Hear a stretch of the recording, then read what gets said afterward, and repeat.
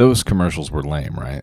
If you like My Funeral Home Stories and want to listen commercial-free, go to myfuneralhomestories.com and get Collection 1. That's seasons 1 through 3 plus an exclusive 45-minute journal entry for $8. Please consider going commercial-free. This is the best way to support My Funeral Home Stories, and it's also the best way to listen. It feels like the audiobook I want you to hear without a bunch of stupid commercials. I hate that you have to fast forward through commercials to listen to My Funeral Home Stories, but it's a necessary evil. I just want to write stories about dead people. So go to myfuneralhomestories.com and get all 17 of my fucked up stories, plus that shotgun suicide highway pileup of a 45-minute epilogue for $8. All this money goes back to me, the creator, not a third party. You have no idea how much this actually helps. Anyway, enjoy this episode. The following account is real. Names have been changed to protect the living and the innocent. This journal contains language and content that may not be suitable for all listeners. I was pouring drink number 3 when my phone rang. I'm 20 years old, a little drunk, and an hour from now, I will have almost shot my colleague in the chest in front of 3 police officers and 2 frozen dead bodies. Weird. I can't say that I'm mentally ready for what I'm about to see this evening. Who's ready to walk into a garage with a Chevy Cavalier riddled with bullets and 2 frozen dead men inside? My name is Grant, and these are my funeral home stories. Chapter 2. 3 drinks, 2 dead, 1 candy bar. It's about 6 o'clock on a Tuesday. It's February, and factoring in the wind chill, it's negative 14 degrees outside. I've been off of work for about an hour, and I'm not on call tonight, so naturally I'm just finishing up my second drink and considering whether to order pizza or Chinese tonight. The phone rings as I'm pouring my next drink. It's Andy, one of the directors from the funeral home. Apparently the person he's on call with this evening is unreachable. If it's your job to be on call, you don't want this to happen. It's kind of the equivalent of a no-call, no-show at any other job. If you're on call, the only thing you have to do is wait for the phone to ring. And when it does, you answer it. It's not that hard. Andy is calling me to ask if I would fill in and go on a police call with him. There was a shooting, and apparently there are 2 frozen dead bodies in a car inside the police station. Why are they at the police station? Great question. Apparently, it was too cold outside to investigate and process the crime scene. So they moved the crime scene, in this case, a car, to a heated garage inside the police station. This all sounds incredibly interesting to me, but there's only one problem. I'm drunk. Well, on my way too drunk, and I'm not old enough to drink. I'm not going anywhere near a police station. I explained to Andy that I'm in no condition to drive to the funeral home and meet him, and he'd have to find someone else. He interrupted me and said, "You're not old enough to drink. Stay put. I'm picking you up. See you in 10. He hung up the phone before I had time to argue. Well, looks like I'm going to the police station. Against all better judgment, I finished my 3rd drink as I put on my double-breasted black suit. Side note, all my other suits were at the dry cleaners. I hate this suit. It makes me look like a walking rectangle. It's our funeral home's policy that we dress cleanly and professionally while in public. This means you ruin a lot of good dress clothes, but at least you look sharp. And you can write off your dry cleaning. I run a razor over my face as our funeral home has a strict no facial hair policy as well. No mustaches, no goatees, no beards. I'm not sure why this is a rule, it just is. I make sure to get myself in order. The last thing I want to do tonight is walk into a police station looking like a sloppy, drunk, unshaven, underage mess. Could I get fired for getting an underage drinking ticket while at work? I sure hope not. I hear a horn. Andy's out front in a 2004 black Pontiac minivan. Instead of back seats, the van has a polished oak floor with rollers spaced evenly down the length of the van. These rollers were to aid in sliding caskets in and out. Tonight the van is loaded with 2 stretchers. I decide to wear a heavy wool 4-button top coat, scarf, and rubberized dress boots by Echo. All black, of course. Always spend extra money on boots. You don't want your socks wet. Although I hate this suit, I'm wearing my favorite necktie. It's navy blue, black, and white striped, and made by Ralph Lauren. Remember this tie. My favorite tie. It comes up later. On my way out the door, I stuff a handful of garlic-flavored chips in my mouth and pull a Nestle Butterfinger candy bar out of the pantry. The garlic will help cover up the 3 Jack and Cokes I just had and put a little food in my stomach. The Butterfinger, well, that's my reward. I'll eat it on the way home. I fucking love Butterfingers. And why not reward myself for what I'm about to do? I'm not even on call tonight. I deserve it. From my house to the police station, it's about 10 minutes. It's a straight shot with no traffic. Andy starts nervously giggling almost immediately when my door closes. Funeral directors are generally interesting people, but our pal Andy, he's a real card. I'm going to tell you a few things about Andy and hopefully not sound too judgmental in the process. Andy had a gastric bypass surgery 3 years ago and has lost about 150 pounds. I don't think he's gone clothes shopping since his weight loss. All of his suits look like they're about 5 sizes too big. His skin is loose around his jawline, giving him a permanent droopy dog expression. It's weird seeing someone whose clothes and skin don't fit their body. He's a nervous guy. He's always afraid of getting in trouble, but somehow he's blindly confident. That's it for the positives. Andy talks the most deliberate and malicious shit about everyone in the office. It's pathological at this point. I'm not sure he's even aware of it. You really have to watch what you say around this guy. I mean, if you don't want it repeated or used against you, don't say it around Andy. Andy's jumped from funeral home to funeral home around the country, settling just long enough to fuck things up and make a quick exit. He was a creep, and we found out a few years later that he was stealing from one of our funeral homes. He had his moments, but for the most part, I didn't want anything to do with this guy, especially after drinking almost half of my $36 bottle of Gentleman Jack. Actually, I'm probably just drunk enough to enjoy his company. We turn onto Roosevelt. The police station is on our right. Andy has managed to keep the van under control, even with the several inches of black ice and snow covering the roads. Andy tells me that we're to call a number when we're outside the police station parking garage. An officer will open the giant chain gate and let us in. The car with the bodies is in a separate heated garage inside the structure. Okay, it's settling in now. I'm kinda hammered. Last time I checked, I'm still not old enough to drink. I'm walking into a police station. My plan is to keep my head down and stay as far out of breath-smelling distance as possible. I'm so happy I decided to eat those chips before I left. I can still taste the garlic. Garlic breath is better than booze breath. I'm fairly certain they won't lock me up for having bad breath. Andy calls the number. The gate opens and we drive down a pretty drastic slope and enter the garage filled with a fleet of police cars. There must have been 40 decked-out Chevy Impalas.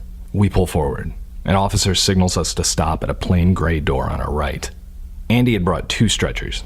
One standard, one oversized. We get out of the van and unload them. The officer tells us to follow him. We walk down 3 different beige hallways. No windows, just cinder block. I realize that I've completely lost my bearings when we come to the end of the hallway with another gray door. I feel a combination of claustrophobia and vertigo hit me all at once. Or maybe that was drink number 3. The officer opens the big gray door and Andrew and I wheel our stretchers into a 20 by 20 garage lit by the brightest fluorescent lights I've ever experienced. Welcome to the crime lab garage. Immediately I'm almost knocked to the floor by a smell that burns my nasal cavities. It wasn't the smell of rotting flesh or piss or shit. I've smelled all those things before. This was new.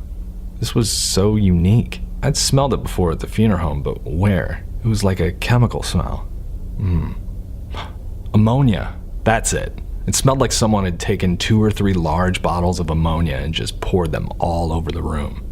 I look at Andy as we park the stretchers. We make eye contact and I point at my nose while simultaneously making a confused face.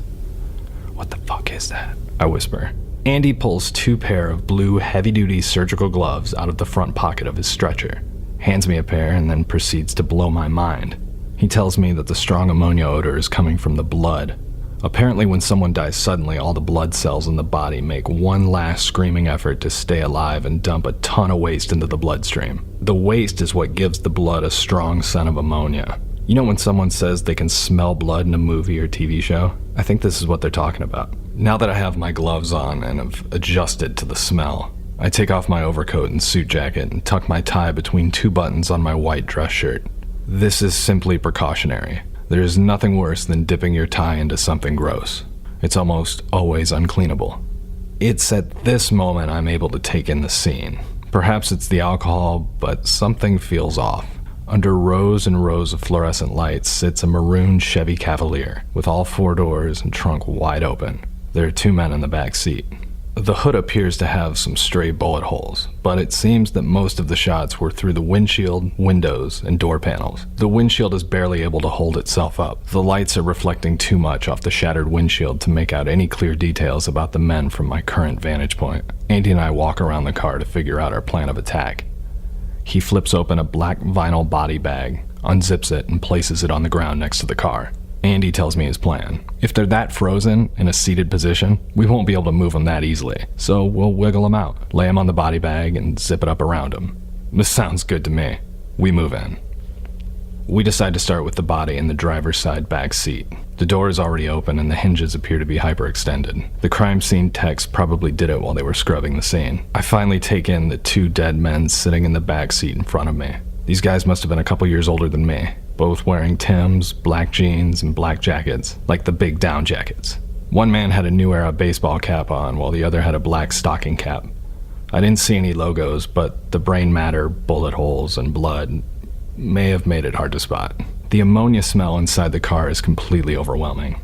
Blood is literally everywhere on the interior. Chunks of thawing brain and meat are all over the headrest. I pick up a piece near the seatbelt and squeeze it with my fingers. It's still a little frozen, so it crunches a bit before turning into mush. I wipe my hand on a clean part of the interior. Bullet holes are weird. For something that can end your life so quickly, they don't leave much of a mark on their way in. Now on the way out, that's a totally different story. I have no idea how many times these men were shot, but bullet holes were everywhere. Chin, thighs, under the eyeballs. Almost every part of their body had at least one bullet hole in it. I didn't see their feet, though. This is gore. This is a complete horror show. Someone wanted these men dead. Like, seriously dead. Was it the driver or the front seat passenger? There must have been someone sitting in the front seat. Why else would 2 grown men sit in the back seat together when there was an open front seat? By the number of holes, 2 people had to have shot up this car. And it was definitely people they thought they were close with. With half my body in the car, the smell of ammonia is blending with the smell of shit, which is undoubtedly oozing from the many holes in these men's stomachs. Thankfully, the taste of the garlic chips and whiskey I had earlier are keeping me from gagging.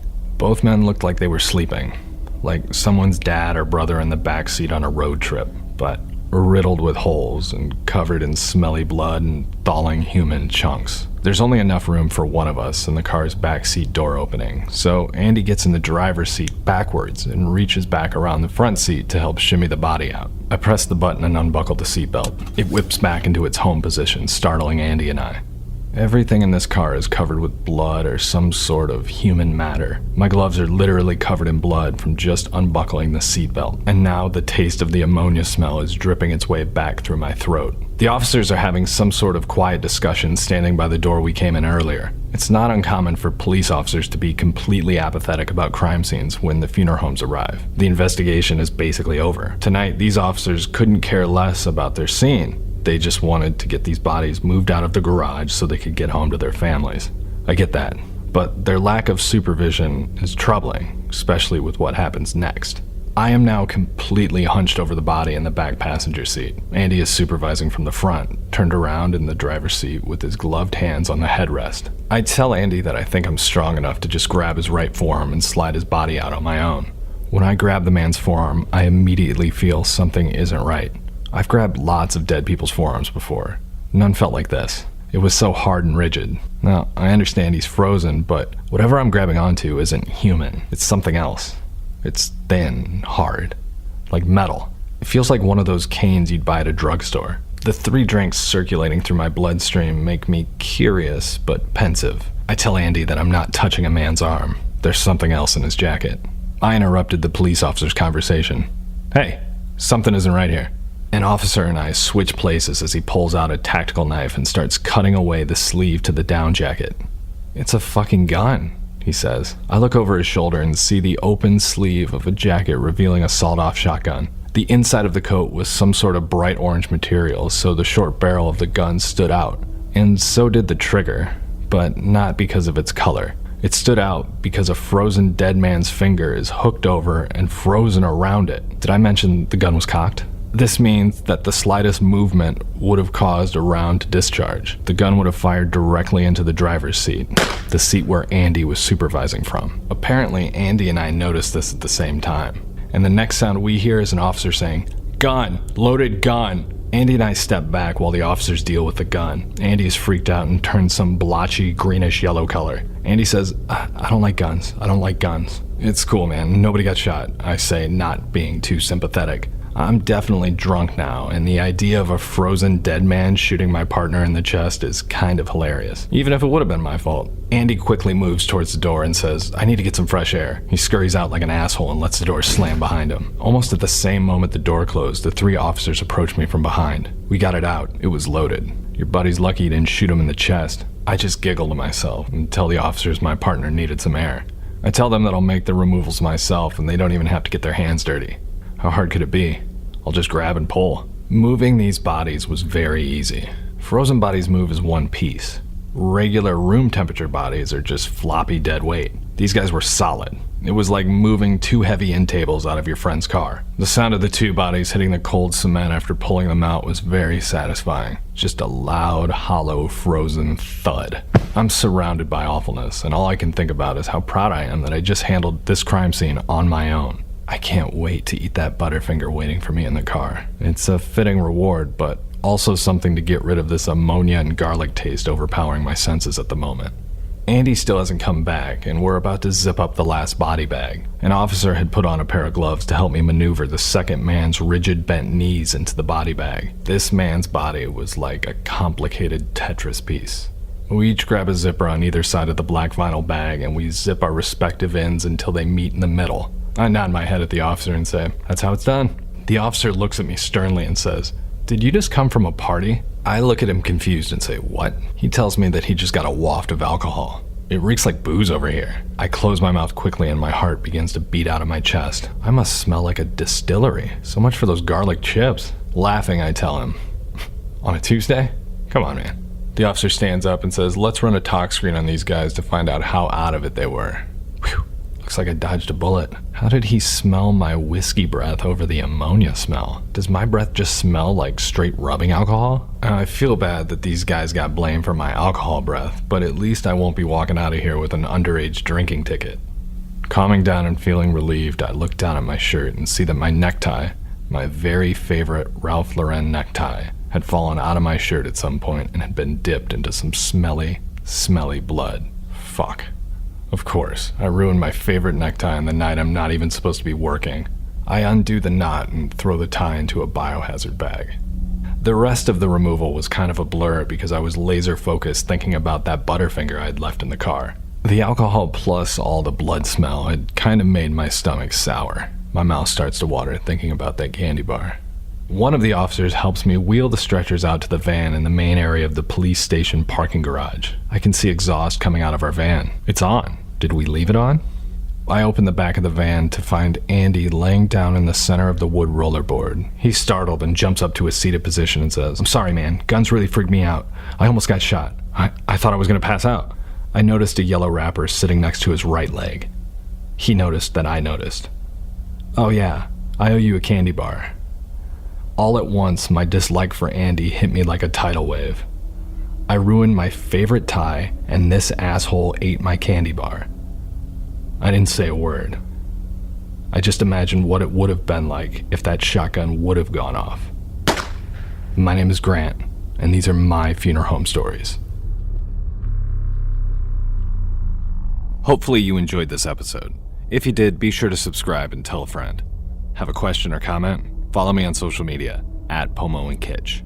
Check out my other podcast, How to Become a Terrible Person, also available on the iHeartRadio app. Thanks for listening.